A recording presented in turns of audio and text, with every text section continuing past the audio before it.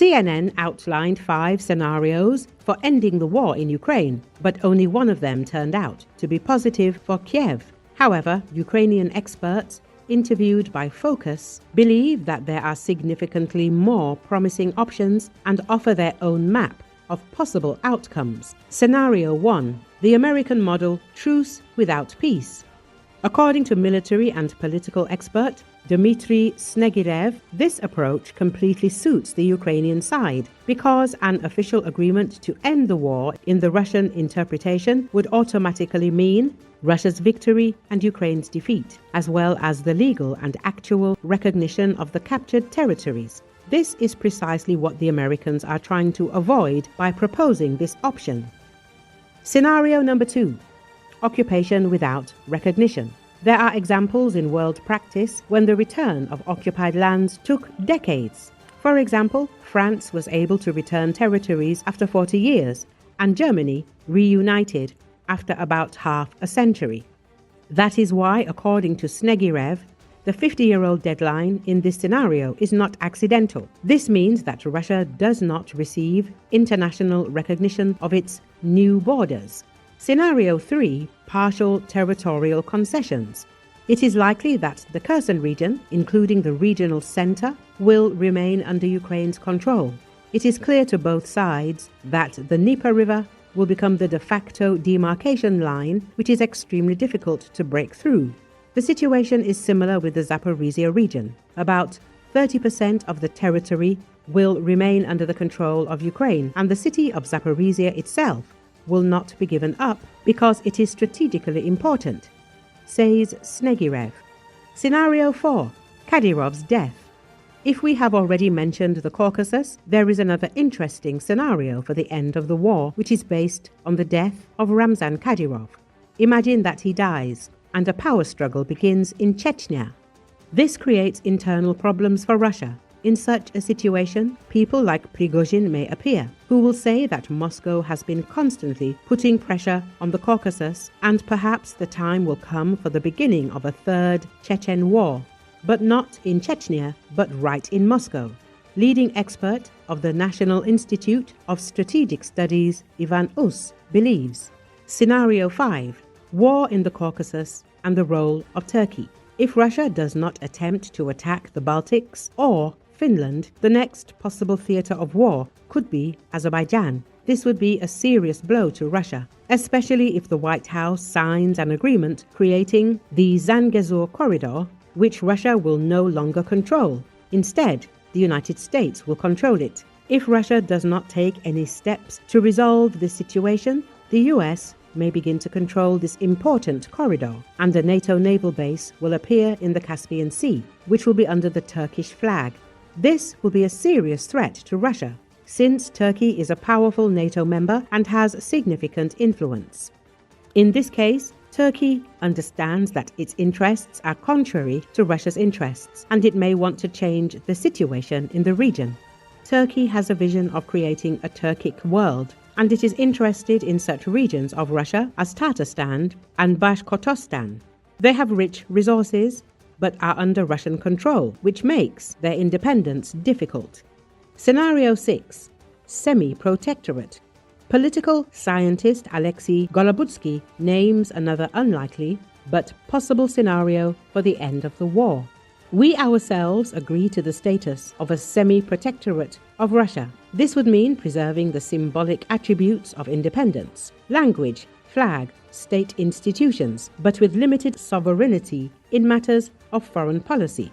This situation can be compared with the policy of Finland at a certain period of its history. After 15 to 20 years, it was able to withdraw from such agreements. So this is not the worst option in the long term, the expert tells Focus.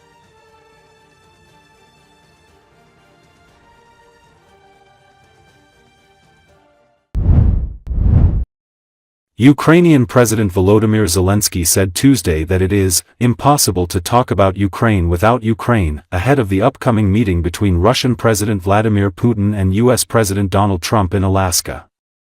The conversation between Putin and Trump may be important for their bilateral track, Zelensky told a youth forum in Kyiv. But they cannot agree on anything about Ukraine without us. Absolutely, we will have a meeting at the leadership level of the three countries, I don't know the date. If we want to end the war, it will happen, he added. According to Associated Press, Putin and Trump are set to meet in Alaska on Friday. The summit will focus on the conflict in Ukraine, which raises concerns about excluding Ukraine from peace negotiations.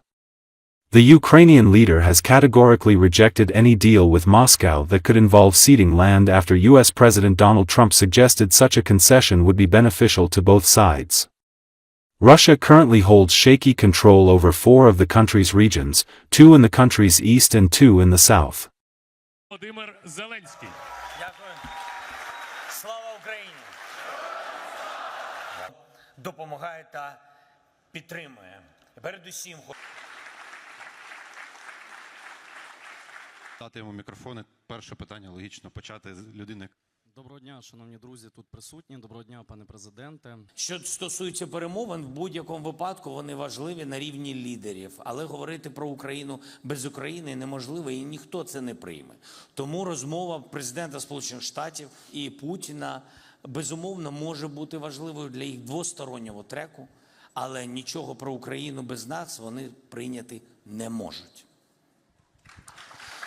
І я дуже вірю і надіюсь, що президент Сполучених Штатів це розуміє і усвідомлює. Говорів залежить майбутнє України. У цьому контексті моє питання просте і серйозне. Якими для України є ті червоні лінії? Безумовно, у нас буде зустріч на рівні лідерів трьохстороння. Я не знаю дату. Якщо ми хочемо закінчити війну, так воно і буде. І там будуть підніматися ті чи інші питання. Стояти на правді, на своїй правді. Безумовно, робити все, щоб ця війна закінчилась. І є речі, які є у тебе в серці, є речі, які є у тебе в Конституції.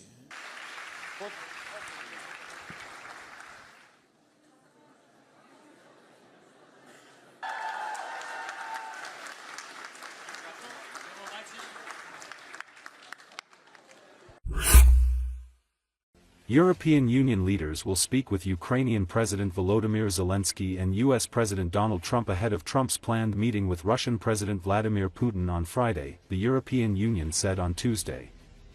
According to Associated Press, European Union spokesperson Ariana Podesta said during a media briefing in Brussels that there will be tomorrow a call between EU leaders, President Zelensky and President Trump, in view of the bilateral meeting. The EU said it remains committed to supporting Ukraine and maintaining pressure on Russia through sanctions, which it is working to expand. Officials stressed the negotiations are confidential. Trump is scheduled to meet with Putin next Friday in Alaska to discuss ending the war in Ukraine. On Gaza, the EU said progress on aid access remains limited, citing new Israeli restrictions on NGOs and shortened re-registration deadlines, which was not the case in the past. All this is bringing more and more obstacles in delivering the aid, said EU spokesperson Eva Herntsarova.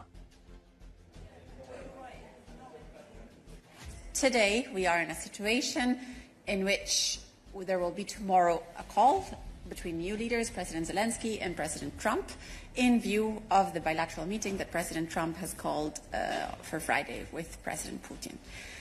Let me remind you that at the same time, the EU is extremely active on all fronts to support Ukraine and put Ukraine in a position of strength